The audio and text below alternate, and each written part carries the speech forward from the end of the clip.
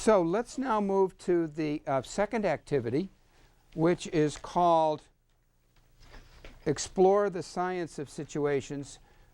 We don't have a sheet in the workbook that you have. And let me just say, we don't have worksheets for each of the activities. That is because we want to vary the pace, we want to vary the emphasis throughout the set of activities. But we want your advice on whether it would be good to have pages for certain of these activities that we don't. So just keep that in mind. So activity number 2, explore the science of situations. The major takeaway that we want kids to bring to this activity is, I just discovered something I'd never seen before. I'm just discovering something that's hidden in plain view. I just cracked the code. There's an element of surprise here. They're doing science. This activity will start with a video. Short video, 5 to 7 minutes. It's been our experience that obviously it's a very useful teaching tool, and it's very evocative. It'll conjure up all kinds of questions.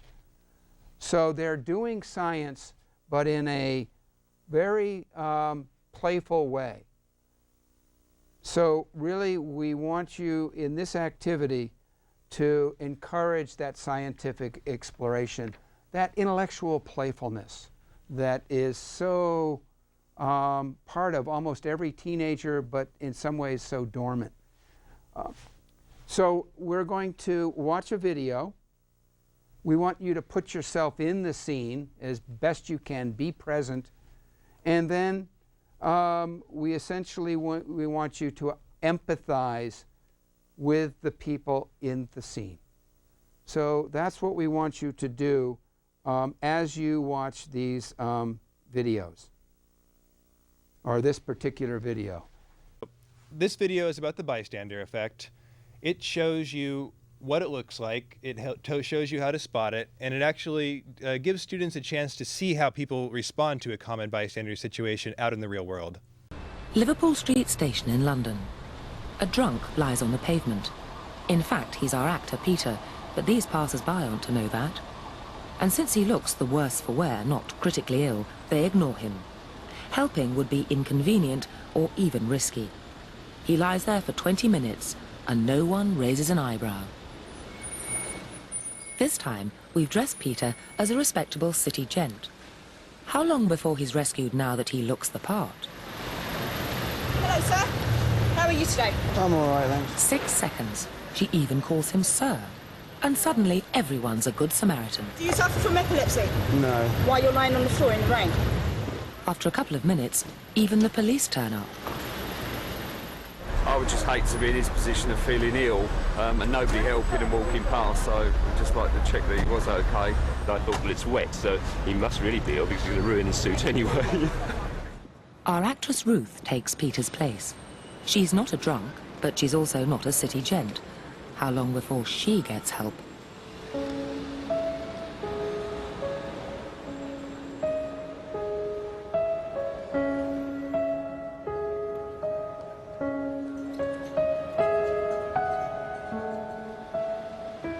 Four minutes have passed, and 34 people have passed. People don't really want to know that they just haven't got the time. Well, they have got the time, they just don't want to get involved. But it's more complicated than that. If the street were deserted, a passerby would probably go to the rescue.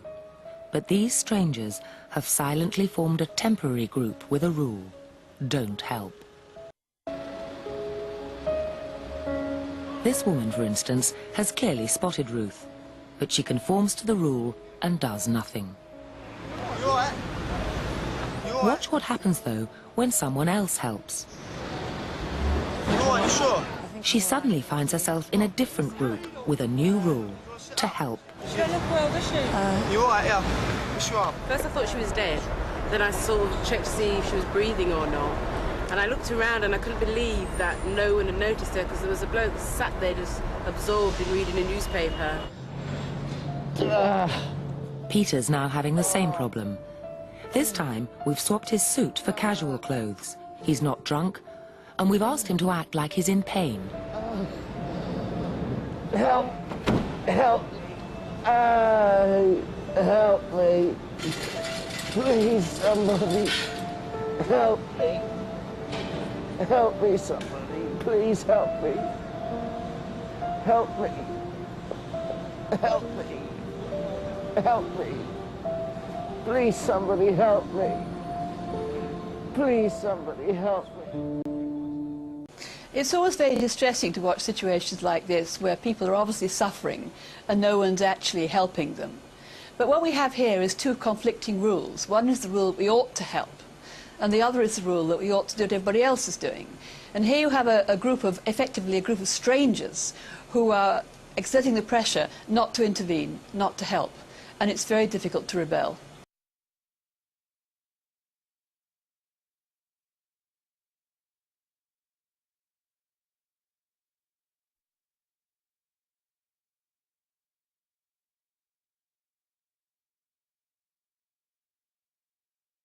Break into groups of threes.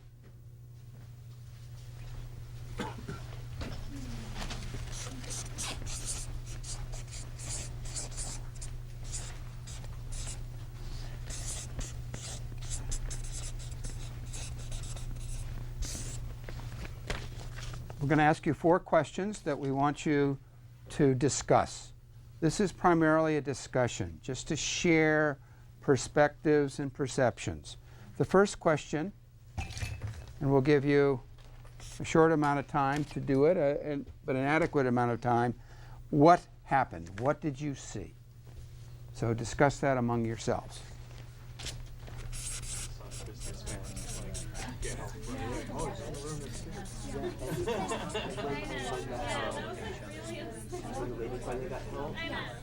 She got help from a guy. Do you think we should just maybe take a few minutes for each question and then they'll share it? So I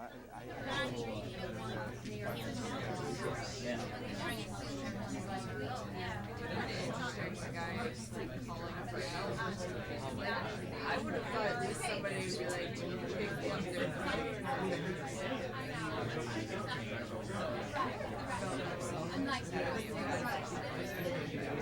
I remember a time when we didn't have cell phones and it was awesome. I will.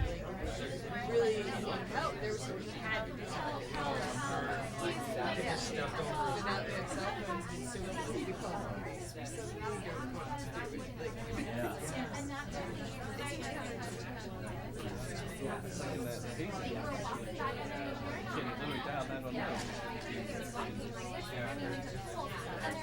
I remember when I was younger, my mom and I were driving around we were in a car in Kentucky and the car is like closers and like it was a time when like people didn't have cell phones, so we did whatever and they wrote help on a big piece of paper and we stood up and we got honks from the trucks because they couldn't call in and it was such a buzzword like there is to get to it and we don't know anything like that. So I just realized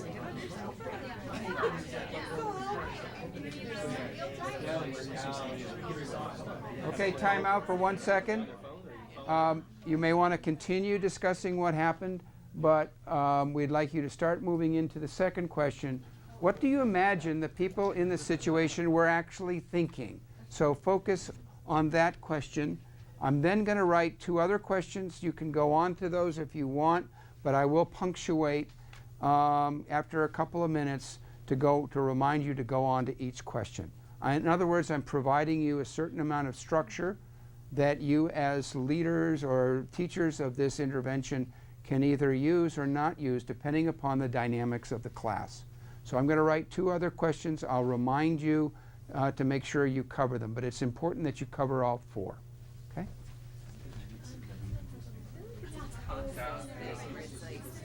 Instinctively you know that you shouldn't help, but rather than being like, it's like you automatically like give yourself a good reason not to. Like, she's probably a heroin addict. Or, you know, like, a drunk person, like, oh, he's drunk, he wants to be there.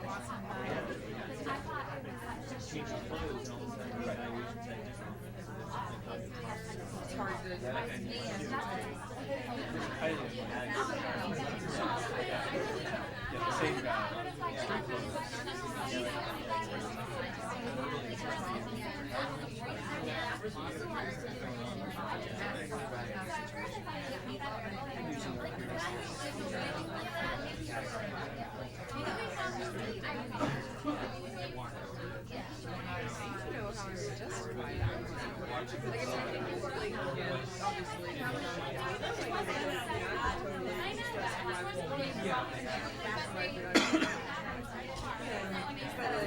Your instructions said for the last question, I just said, could they have chosen another?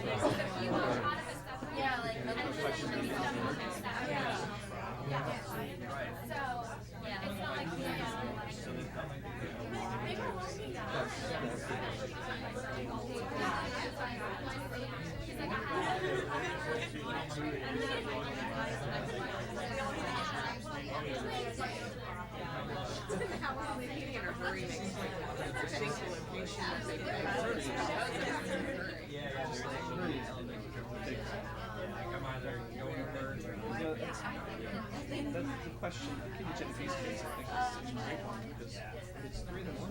At least it's right. We're all here. She's screaming. She's play by play. Exactly. Yeah, so I don't think the demographics are I think the hurry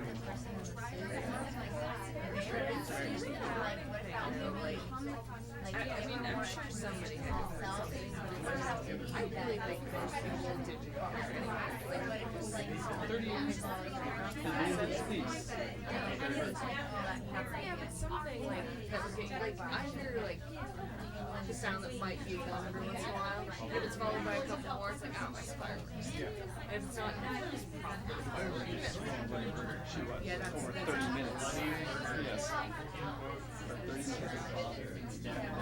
These people are pretty quick. Time out. You'll have 4 or 5 more minutes at the most. Make sure you cover these next 2 questions. Why did they act the way they did, and how might they have responded differently? So you have 5 more minutes. Make sure you cover those 2 questions as well as the first 2. Go ahead.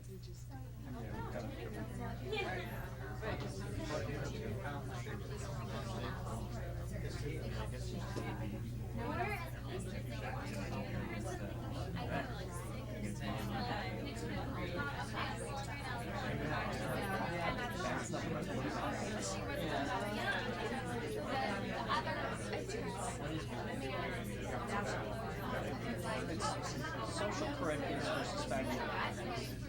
Getting along with most people I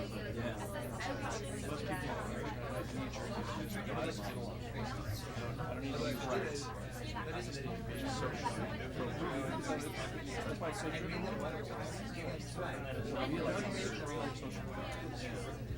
And that person represents the break from the norm already. So he's probably thinking of this true.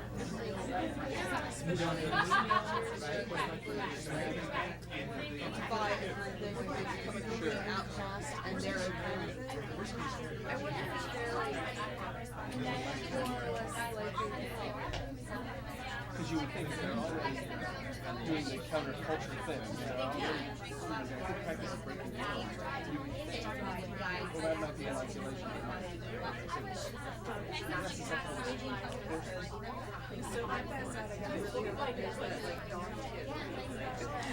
You have a minute and a half. A minute and a half to wrap up.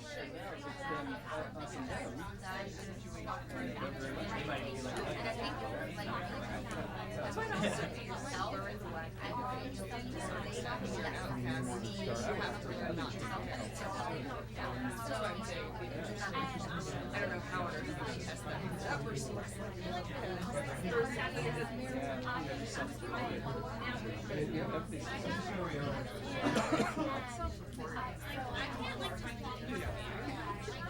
Okay, 30 seconds.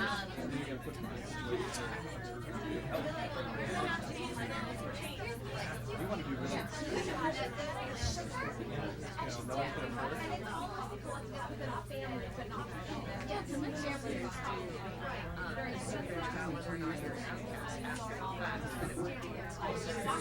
can afford it.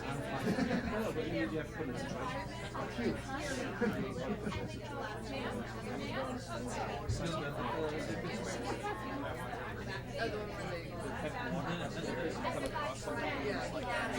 All right, you ready?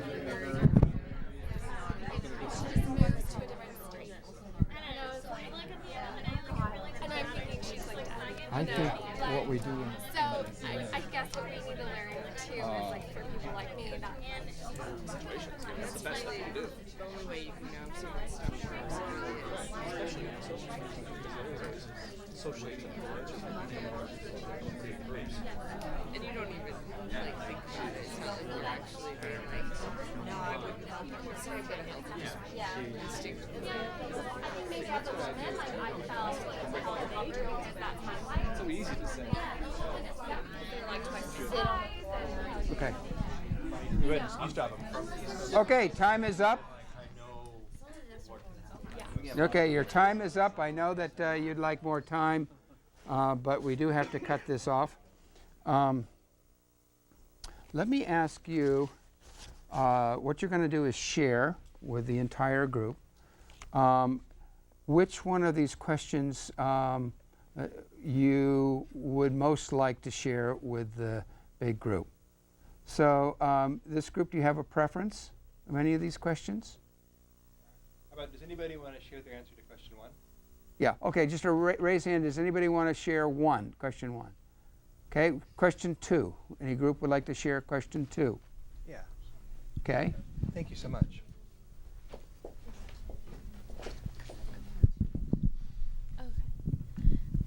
We actually were talking about how, being women, we were really surprised about the lady that didn't approach the other lady to help, because I could see being a woman approaching a guy holding a beer, you're a little standoffish, you know, especially like, what can we do? He's under the influence, so we would step back a little bit. But being a woman and helping another woman, that was what really surprised us, you know, because you kind of identify with her, you know, being in that situation, which would be different. Like, we talked about all the different things that they could have been thinking. So that was the most surprising. So what did you think that woman might have been thinking or feeling? The one that didn't help? The one that did, yeah, we just really couldn't think of what. We noticed she was in scrubs, so maybe there's, you know, the whole, like, the law, like, you can't interfere or do anything when you're in that profession. So that's the only thing we thought of, I think it was, right? Mm-hmm. We think that the bottom line why people did what they did, we noticed that the business people helped the businessman right away. While the drunk guy was kind of you know, he looked kind of in place with his beer passed out. But the business people helped the business people right away. And then after the woman was laying there on the stairs for a while, the one person that did help her was the guy in the construction boots. He was more of a working class guy. Where the business people kept going by and, you know, paying her no mind, it was the working class guy that helped out what looked like might have been a working class girl. So we were thinking that the bottom line was people would tend to help people who are like them, who are in their social class, and that would be more of their social norm. Yeah, that's absolutely both a good answer and true. Like, we will talk about that a little bit more, especially as you explore some of the automatic group lesson material, but that's dead on. And that, just to emphasize, in the video, the narrator said, you know, a group is formed, whether you know it or not, and they have formed a temporary rule. Don't help. But that when somebody helped, and perhaps it was because they were similar social class or could relate, they formed a new group with a new rule to help. So that point is a very good point. What might be the catalyst to help? And it may very well involve your social group and your comfort level or your understanding of that group. I'm going to agree that there was some automatic processing with the social class. Going back to your leading question, I'm going to disagree that she acted automatically only because she hesitated and hovered in the situation. And once she got the cue to act, to respond when someone else intervened, that prompted her to come out of that kind of conflict. I think she was really in conflict. That's why I'm dismissing that maybe it's not automatic, simply because she was hesitating. And once she had a cue of someone else helping, that was the slap to the face that helped her recognize that, yes, this is where I need to act. That's a fantastic comment. One brief point about that is automatic and conscious, to me, it's not a dichotomy. It's a spectrum. You know, you're to some extent always aware of what's going on around you a little bit, and to some extent, you know, you're not completely making a choice about everything that you do. So yeah, I think that it's not a yes or no question. It's not a dichotomy. It's a question of how aware was she at any given moment in that process, and when could that awareness have been used differently? But yeah, I think you're absolutely right. That was a bad question. Thank you for catching it. Is there one more group that would like to answer or share question number 3? Why did they act the way they did? What's your over here? Yeah, of course.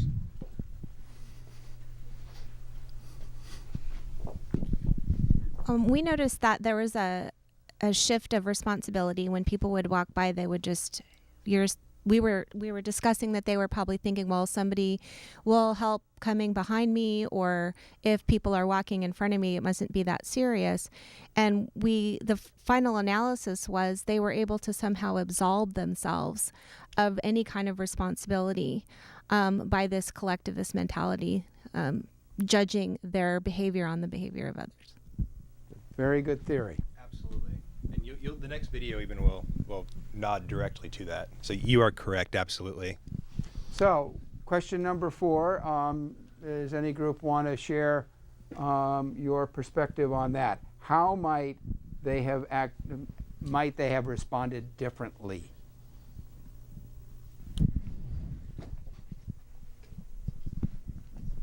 I think if this were a long time ago, like, it would be a different issue, but right now everyone has a cell phone. Like, it's so easy to just reach in your pocket and call 911. You don't even have to interact with anyone. It's so easy to do. But as you saw, like, nobody did it. Everyone just walked by and continued what they were doing, no matter how easy it would have been to dial 3 numbers.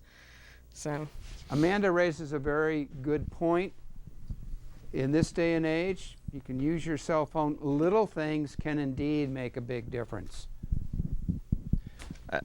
I'd add, you could even take this worse. There was a case this last year, maybe 2 years ago, in New York City where a homeless person stopped an armed robbery, got stabbed in the process, fell on the pavement right in front of a security camera, so the whole thing was on tape. And literally somebody came up, it's very early in the morning, so it wasn't a big crowd, looked at the person, saw that they were motionless and literally bleeding to death, lifted the person up and used their cell phone to take a picture of the person dying on the pavement, and then walked away. So the cell phone, it could even make us more of a spectator in the world and get away from any sense of responsibility, because it's more important for me to post this on my Facebook site now as, oh my gosh, look, I saw a dead body on the street today, rather than actually thinking of any moral sensibilities about it. Yes, that's well said. And cell phones present a bit of a paradox. They make the bar to helping so low that it takes almost no real effort. But at the same time, because everyone around you has a cell phone and it's so easy to call 911, it's way easy to assume that probably somebody else already did. So we're going to talk about that point specifically right now in the next video.